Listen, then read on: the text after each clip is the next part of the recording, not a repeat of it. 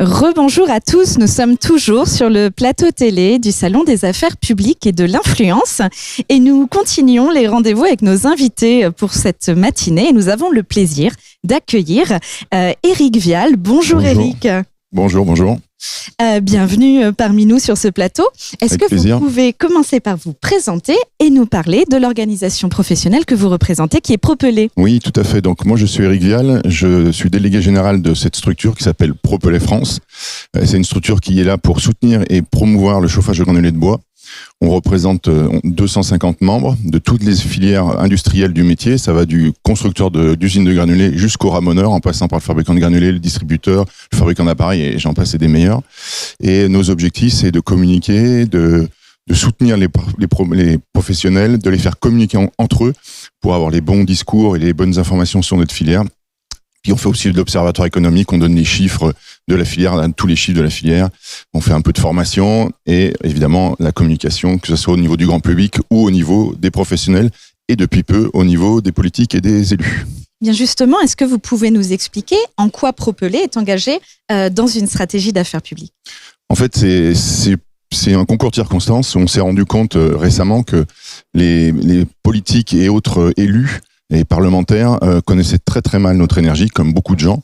Et on s'est dit, la première chose à faire, c'est à défaut de déjà essayer d'influencer, qui n'était pas notre objectif, d'au moins de faire connaître cette filière et les atouts qu'elle a pour que, en connaissance de cause, des décisions soient prises à l'avenir.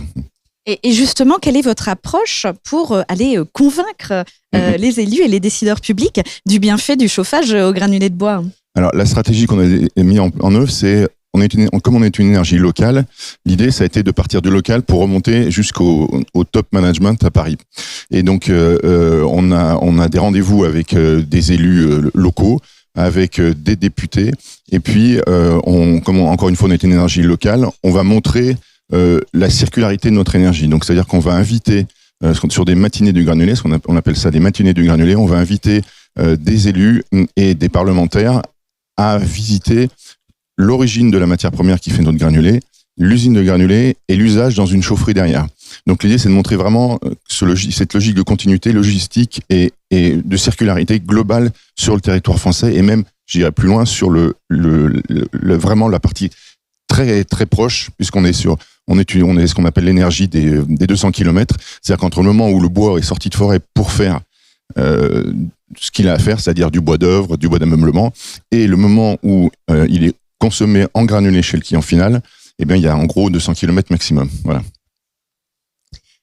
Et donc, dans cette optique de convaincre les élus et décideurs publics, quelles sont vos échéances importantes à venir? Alors là, il y a des échéances qui sont importantes en ce moment, puisque évidemment, il y a les discussions sur les lois pour l'année prochaine. Nos échéances principales, c'est évidemment la PPE, la programmation pluriannuelle de l'énergie, qu'on attend depuis des mois, pour pas dire des années. Et ça marque quand même un engagement de l'État dans une logique de soutien ou pas, mais au moins on sait où on va. Et donc ça, on attend ça avec impatience.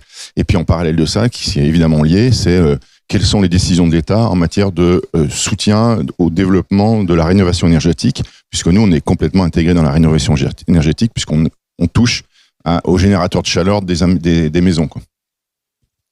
Et justement, si là, vous aviez la possibilité de faire passer un ou plusieurs messages aux décideurs publics, et notamment au gouvernement, quel serait-il? Alors, il y en a vraiment un seul, c'est arrêtons la mono-énergie, ouvrons les yeux et regardez bien toutes les énergies disponibles et comprenez bien qu'on n'y arrivera pas avec qu'une seule énergie. Il faut un mix énergétique parce que toutes les énergies ne sont pas aussi efficaces et bonnes dans toutes les conditions.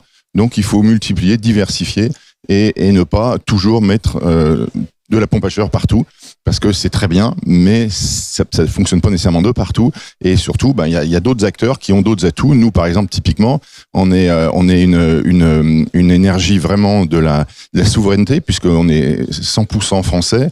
On est une énergie locale avec des emplois non délocalisables. On coche toutes les cases en termes de renouvelables. Voilà, donc on est une des énergies les plus vertueuses et aujourd'hui, on est un peu oublié au profit des énergies électriques, on va dire. Voilà. Merci beaucoup, Éric Vial. Avec plaisir. Donc, pour rappeler, vous êtes délégué général de Propelé et on vous souhaite d'avoir réussi à faire passer aujourd'hui ce message important. Merci, Éric. Merci à vous.